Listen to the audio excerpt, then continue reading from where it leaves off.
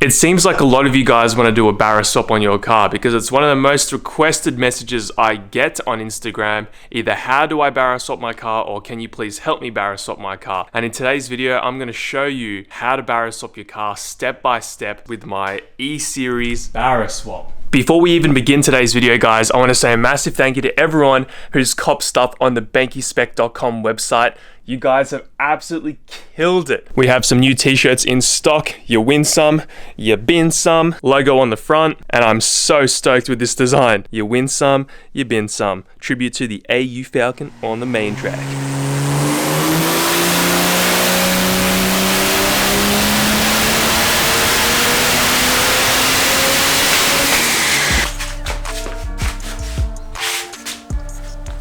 I did this swap entirely on a budget. I tried to get this down to as cheap as possible, and of course thanks to the sponsors, because we got this down to a pretty cheap price. But of course we're not going to talk about that in this video. We'll do that in another video. So step number one, you got to pick your engine, and of course you can't just get any gas barra. You have to get this one specific gas barra and above. So you can't get a BA Falcon gas barra because they have the thinner rods. You need to get a BF, FG and FGX Falcon barra. The rod number that you're looking for is 3R23. If you've got those rods, then you're sweet. Usually BF and above have those thicker rods, but apparently in some cases, some BA Falcons also have those thicker rods. But just to be safe, just get yourself a 2006 and above BF gas barra. So step number two, we need to pick a transmission. Now there's, again, a number of different transmissions that you can pick, but on a budget, this is the best transmission that you can get. An AU Falcon, Ford Falcon BTR. So the automatic transmissions that come in Ford AUs are really strong. They can handle decent power in stock form, which is why I'm recommending it. And you can get them for really cheap. And if you're lucky like me, you got a bunch of friends doing AU Falcon manual swaps that just throw their AU Falcon BTRs in the bin. I got my AU Falcon BTR from Naki's AU Falcon. I've also got a spare one from helping Lachlan do a manual swap, but yeah, on a budget, you can get them for like $300 if you're lucky. Maybe Facebook Marketplace, you might find them for like $150, $200. And in some cases, some people literally just give them away for free because they're just doing manual swaps on AUs and don't really need them. Step number three, you're gonna wanna pick your torque converter. Again, if you want to be on a budget, you can just run the standard AU Falcon torque converter. If you want to spend a little bit more money here, this is where I would have changed something if I was to do this again. I would get a 3000 stall, a high stall converter for the BTR. Now, the reason why you'd want to get a high stall is because you'd get better launches off the line. The standard one is pretty horrible. You can't really stall it up, so you're not really in boost trying to launch the thing, so you're not going to really run a good time if you want to get into drags.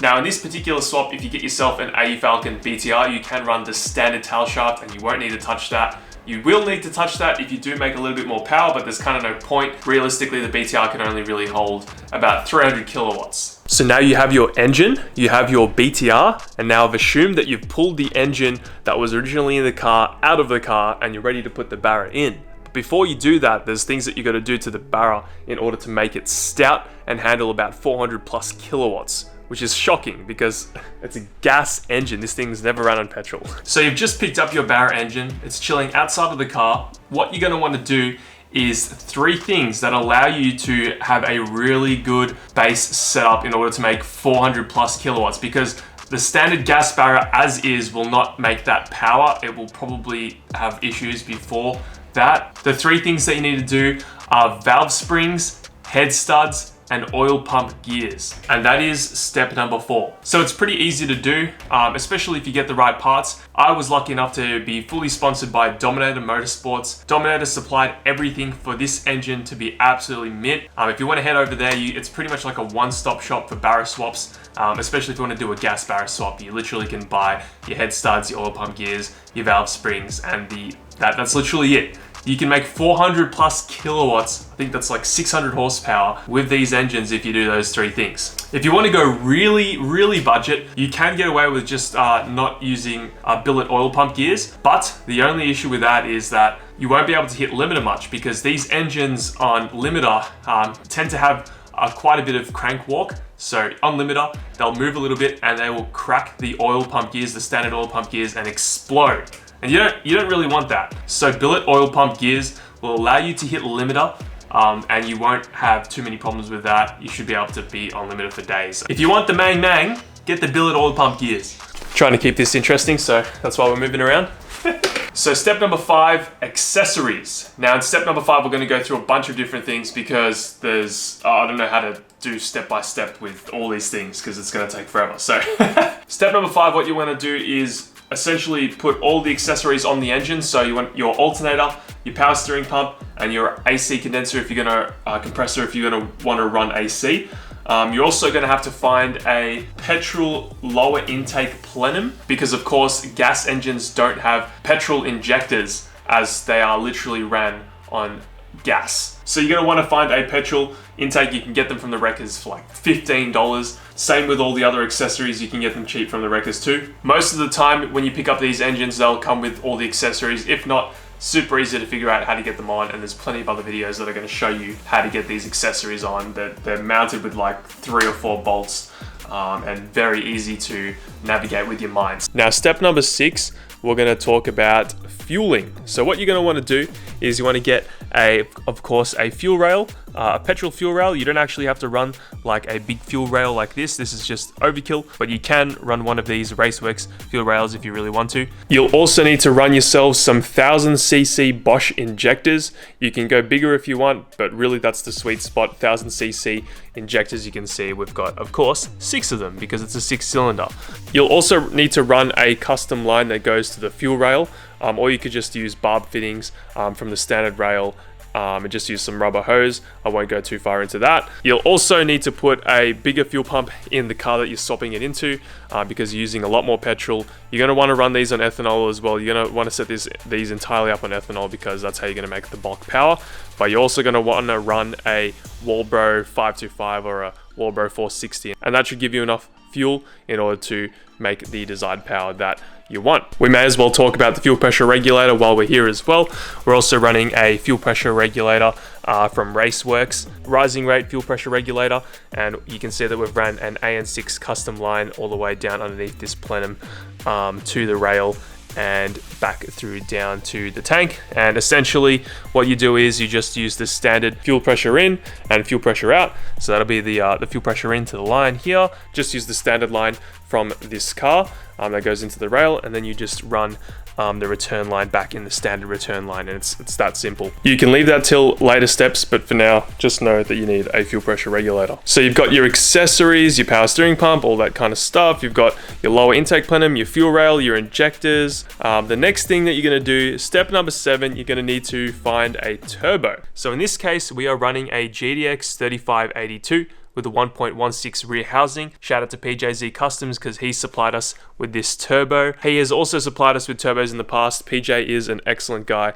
He is a legend and super knowledgeable. If you want to get a turbo, hit up PJZ Customs. In order to mount this turbo onto the engine, we're running a BF Falcon turbo manifold. So this is just a standard manifold that comes with BARRA turbos. We just got that from some dude. And we are also running a B series dump pipe, which surprisingly enough, you bolt the B series dump pipe onto this engine in a car that's doesn't come with a BARRA turbo, and it all fits, clears the steering rack and everything. So there you go. Now in terms of plumbing lines to the turbo, what you're going to need to do, you're going to need to run a water line and an oil line. If you're lucky enough, you can find yourselves some standard turbo hard lines, which are literally the easiest thing to install, but of course they're expensive because everyone's doing these swaps. So what I've done is I've ran these custom lines. So this is step number 8, running custom lines to your turbo. So just to show you guys what I've done really quick, I've welded on a little AN6 fitting to this little water line right here that just comes and goes to the thermostat housing right there. So you can see it just goes through here on this little bracket that you can buy down to the turbo water feed line. And I've also got the oil line going to the oil pressure switch, which is on the side of the block of these barras. You literally just get a fitting on eBay and you run that into the block, and then you put the standard sensor back into that fitting, and then you can run a little custom line. There's kits that you can buy on eBay in order to do this. Very simple. And the water outline goes from the left side of the turbo here to the standard fitting I'll see if I can get my phone here. Standard location of where the BARRA fitting would go to. So you can see that fitting just there, that just goes into the hard line. Step number 9, while you've got the engine out of the car, you want to take the oil pan off, the sump. You want to completely remove that, and you want to drill and tap a hole into the standard turbo oil drain fitting that is like a cast marking on all BARRAs. There's literally a hole that you can just drill through and 2 locations to drill taps through in order to fit a fitting on, which you can buy of course from eBay, and that will allow you to run a rubber pipe from the turbo to the pan, so you've got just a drain essentially. Yeah, that's it. Step number 10 is to run your wiring harness on the engine. So start chucking all your wiring onto the engine. Now I'm just assuming that you've got the wiring harness already ready to go. I didn't have the wiring harness at this stage. I wish I did, because then I'd be able to quickly just, you know, chuck the wiring harness on and chuck the engine in. It is not fun getting anything through that little hole for the wiring harness. I can tell you that right now, guys. Have fun. Step number 11, guys, is to make sure that you've got all the water lines all sorted. You're gonna have to run a rubber line just down here, because the standard BARRA water lines have a heater core that just goes there, the standard BARRA cars. So obviously on this car, we don't have the heater core on that side, it's actually on the other side. So what you're gonna do is just bypass that hose. You can see we've just bypassed it with a standard BARRA hose. Also, I'm not running a heater core because I couldn't be bothered trying to figure out the heater tap and all that stuff. So I've just bypassed the heater core, and I've just, when you get the engine, you'll see that there's 2 lines. There's a line like going this way, and then there's also this line which sort of comes out like there, I think, and you just get like a 90-degree rubber line, and then that's your coolant sort of sorted. So you've got everything installed now on the BARRA. It's sitting outside of the car on your engine stand. It's ready to go in. Step number 12, what you need to do is you need to mount the engine what you need to do is to mount the engine brackets. The engine mounts onto the engine. In this case, the E-Series. The E-Series mounts bolt directly onto the BARRA, no problems at all. So literally plug and play basically. You mount those on, and then you put the BARRA engine in the car without the transmission, because I found it would be very difficult to put the transmission on at the same time. Maybe if you've got some better skill than me, then maybe you can figure it out. And if you don't care about scratching your car, mount the transmission on as well. But so you've got the engine in the car now. It's looking pretty cool. I mean, it's not going to look like this yet, but you got a lot more work to do. Step number 13 is to do your intercooler piping, and of course mount your intercooler. Can't really see it, but yeah, that's not going to be fun, guys.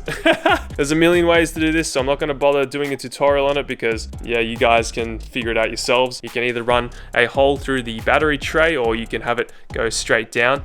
And this one you'll also need to drill a hole through if you want, or again, straight down. It's one of those things. The smarter you are, the more capable you are, the better you'll figure this out. Intercooler is not the most fun to mount. It's in there, and sleeper, which is cool. Step number 14 is to do all your water lines and your radiator. I'm going to count that all in one step. Mount your radiator and your thermofans, whatever setup you want to run. In this case, we're running eBay everything, and it's not the best. Kind of regret it. Kind of wish that I just stayed with the standard E-Series stuff, but it was difficult to get in there. That's why I just went with this and chopped everything up. In my case, if you got this forward-facing plenum from Dominator, shout out to Dominator, of course, I couldn't actually run the standard thermostat housing right here, so I had to get an ED/EA Falcon thermostat housing, which just bolts directly onto the BARRA, which is forward facing, whereas the standard one points over to this way. So yeah, if you're having this problem, yeah, just get like an EA or ED from the Wreckers thermostat housing, and then you can run this like bendy hose that you can get from Super Cheap Auto, and that seemed to work pretty okay. And we've also got all the standard BARRA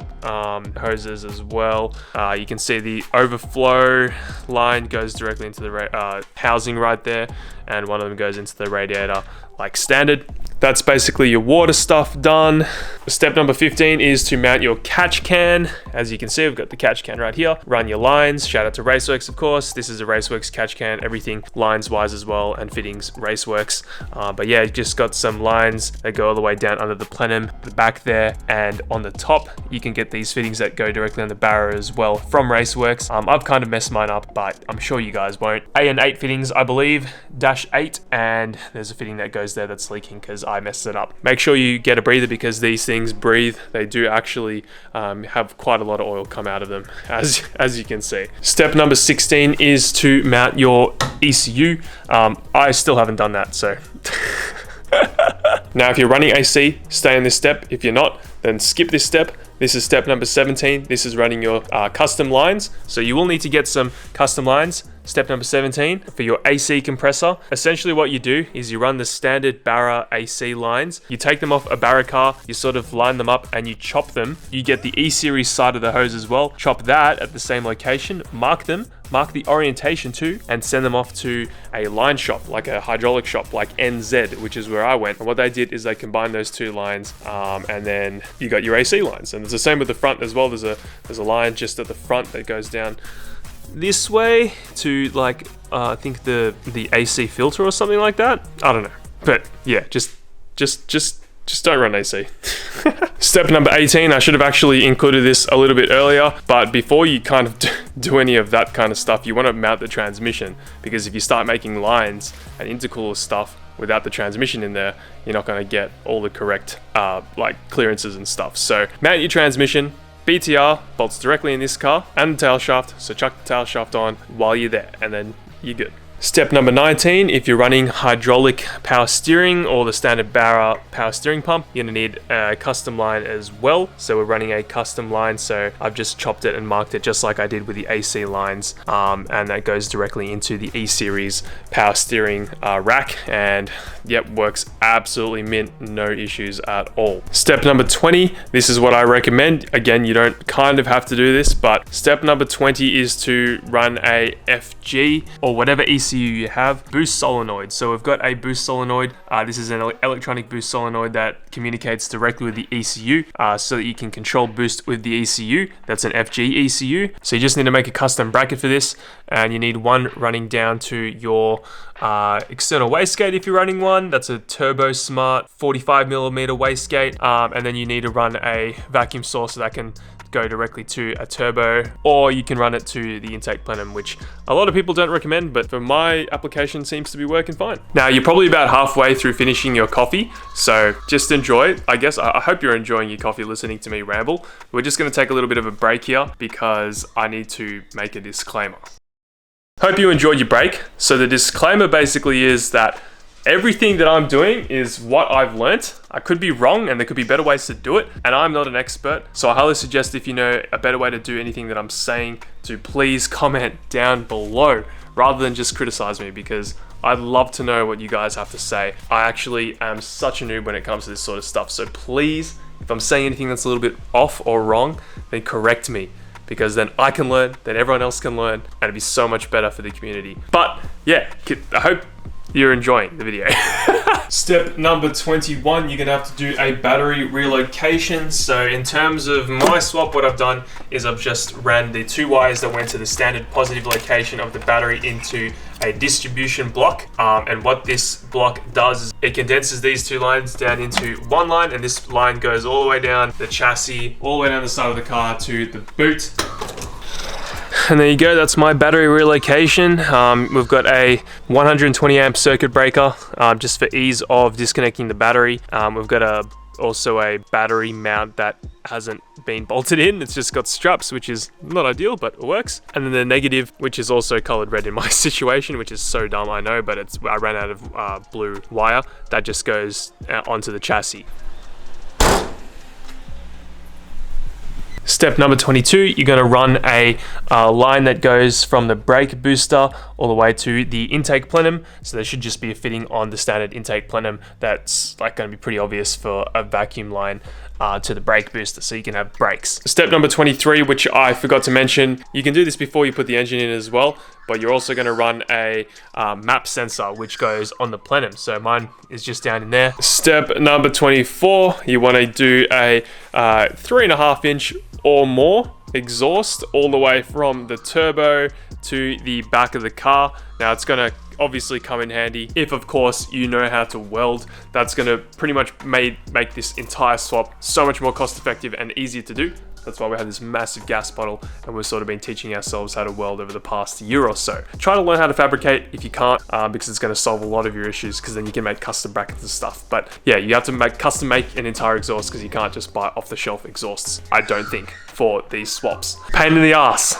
Was a pain in the ass. Step number 25, something that you're probably going to want to tell the wiring guy before you do all the wiring, which I forgot to mention. You also want to run a shift kit. Even if you don't tell the wiring guy, that's okay, because you can do it all yourself after directly from the BTR. But you're going to run a shift kit that will go into the cabin. I've got all my custom wires just down in here. There you go. So all the shift kit wires are just over here. So if you installed an AE Falcon BTR or any sort of BTR, you're going to want to run a shift kit, because you don't want to have any sort of slipping in the automatic transmission. It's like a non-negotiable. You have to run a shift kit, a fully manualized shift kit. So basically what that does is that when you chuck it in drive, for example, that's fourth gear. If you chuck it in third, second, and first, second, and third, that's going to be gear number 1, gear number 2, gear number 3, and drive is gear number 4. So, and what this shift kit does, it gives you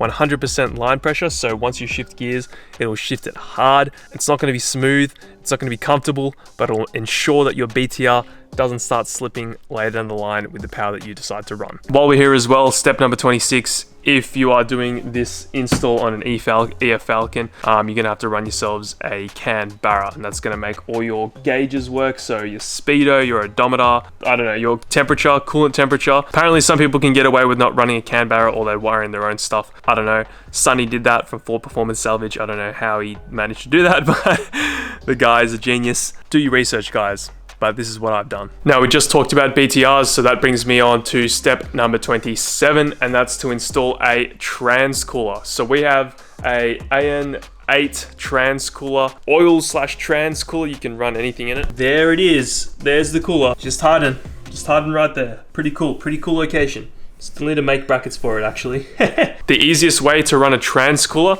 is use the standard lines for the BTR, chop them, add fittings on that allow you to adapt those lines, those hard lines, to like -6 or -8 fittings, and then run those fittings, those custom lines directly to the cooler. Oh, I forgot this as well. So you're gonna need to run a throttle pedal that goes with your BARRA ECU, and also the throttle body too. So this throttle pedal is paired with the FG throttle body and the FG ECU. You'll need to make a custom bracket, as you can see, in order to run this throttle, because it's throttle by wire or throttle by cable, so it's electronic. Custom pedal as well, but everything else in here is pretty much standard. Nothing really has been modified in the interior. I believe that is everything. Super easy, but it took me, 8 months to do. If you haven't seen the other videos, this thing made 303 kilowatts and 777 newton meters of torque, and we limited it to that simply due to the fact that we're running a standard AE Falcon BTR. If we were running a built BTR, this thing would easily see 400 kilowatts. Shout out to Dalmore Dyno for tuning this thing. He did an excellent job. The boost comes in nicely, and it's been very reliable. If you want to get your BARRA tuned, Southeast Victoria, then head down to Dalmore Dyno. Brad is an awesome guy, and he'll sort you out with a sick tune. This thing has been awesome to drive and is super fun. Like I said, guys, this is a budget build, so you can spend a little bit more money and get a lot more performance.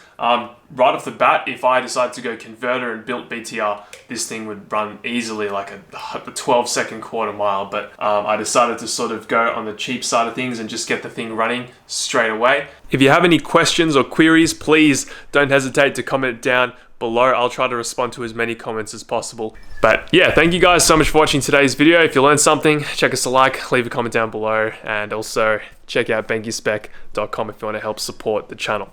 Really appreciate all you guys' support. I'll see you all in the next one. Catch you later.